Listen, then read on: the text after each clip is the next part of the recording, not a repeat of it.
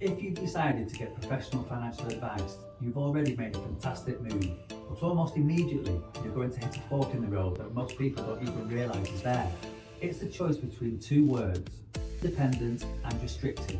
Now on the surface, they both look like qualified, regulated professionals, and they are, but behind the scenes, they are playing by two very different sets of rules. One has the freedom to search the entire world to find the best deals for you, while the other is legally limited to a specific shelf of products. Today, I'm going to strip away the industry jargon and show you exactly how this choice hits your wallet. We're going to look at the personal shopper versus the in-store consultant and give you the 3 questions that will ensure you know exactly who you're dealing with. Let's head to the video and clear up the confusion. If you're thinking about getting some financial advice, you're going to hit a fork in the road almost right away. It's a choice that sounds pretty simple, but honestly, it could make a huge difference to your financial future. And today, we're going to make that choice crystal clear for you. So, you've decided to get some help with your finances, which is a fantastic move, by the way. But right out of the gate, you're faced with this question: do you go with an independent advisor or a restricted one? It kind of sounds like a bit of industry jargon, doesn't it? But trust me, figuring this out is your most important first step. Think of it like this. You're at a crossroads. Both paths are led by qualified, regulated pros, so you're in safe hands either way. But they can take your money in 2 very, very different directions. So let's break down exactly what that means. Okay, here is the absolute best way to think about it. An independent financial advisor, or an IFA, is basically your financial personal shopper. They can search the entire market, every single provider out there, to find the absolute perfect fit just for you. A restricted advisor, on the other hand, is more like an in-store expert. They are brilliant, they know their brand or a select handful of brands inside and out, but they can only recommend products from that limited shelf space. So what do the official rule makers say about all this? Well, both types of advisors are overseen by the Financial Conduct Authority, that's the FCA, and they're held to some really high standards. The key difference here isn't about quality, it's about the scope of what they're actually allowed to recommend to you. The rule from the FCA is actually pretty simple. For advice to be called independent, it has to be based on, and I quote, comprehensive and fair analysis of the relevant market. That just means they can look everywhere. Restricted advisors, though, are limited to certain products or providers. And here's the crucial part. They have to tell you exactly what those restrictions are right up front. And when we say the whole market, what does that actually include? Well, the FCA calls them retail investment products. Now, this is just a massive category that covers pretty much everything you can think of: your pension, ISAs, different kinds of insurance, and other investments. An independent advisor has to be able to look at all of it for you with zero bias.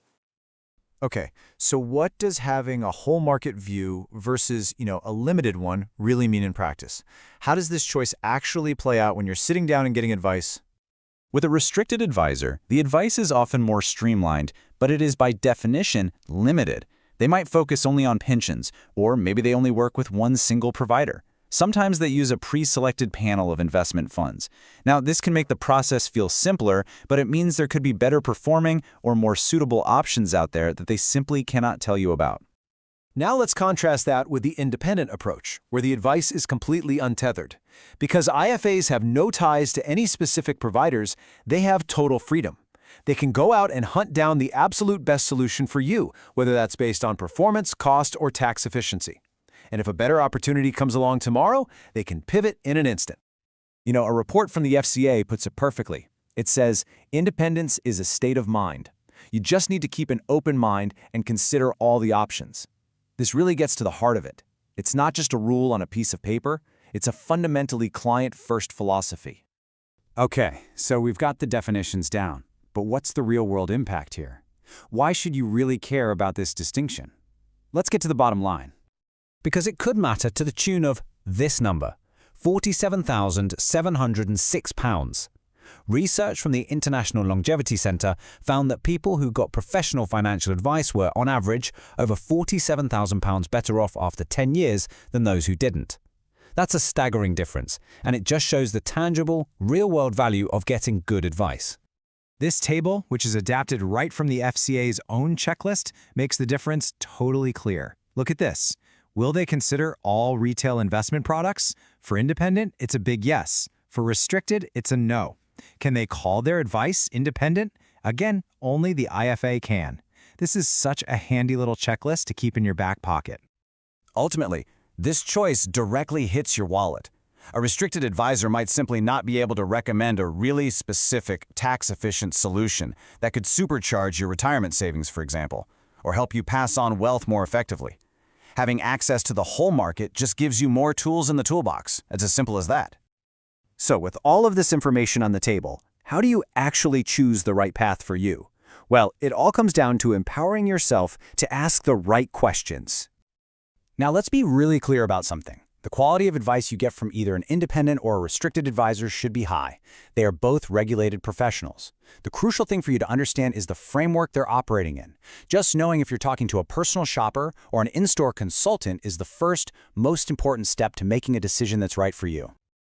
So when you first meet a potential advisor, here are the 3 essential questions you need to ask. Number 1, is your advice independent or restricted? They legally have to give you a straight answer. If they say restricted, your follow-up is, can you explain the nature of that restriction? And finally, ask them, how do you research the market to find solutions for me? Their answers to these questions will tell you everything you need to know. And that really brings us to the end. Look, the decision isn't about which one is better in some abstract way, but which one is better for you. Now that you've got a really clear understanding of the difference, you are in a much stronger position to choose the right partner for your own unique financial journey. At the end of the day, neither path is wrong, but one path is almost certainly better for you. Whether you want the streamlined experience of an in-store expert or the tethered freedom of an independent personal shopper, the most important thing is that you are in control of that choice. That £47,000 difference we talked about, that's the real world prize for getting your advice right. So take those 3 questions we just covered. Are you independent? What's the restriction? How do you do your research? Keep them in your back pocket. The way an advisor answers those will tell you everything you need to know about their philosophy and whose interest they truly put first. If you want to see what whole of market research actually looks like in practice, or if you have questions about a restriction you've been offered, let's talk. Subscribe to keep navigating the UK financial landscape with me. Thanks for watching, and I'll see you in the next video.